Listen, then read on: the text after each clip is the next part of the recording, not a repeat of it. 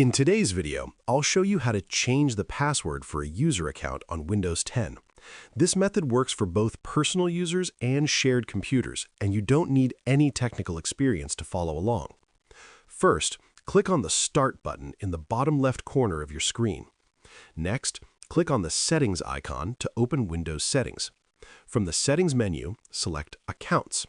This is where Windows manages all user and sign-in settings. Now, click on Sign-in Options from the left side. Under the Password section, click the Change button. Windows will ask for the current password of that user account. Enter it and click Next.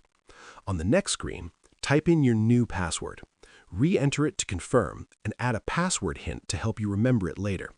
Once everything looks correct, click Next and then click Finish. Your Windows 10 user password has now been successfully updated. And that's how you change a user password on Windows 10. Share this video and subscribe for more helpful tutorials.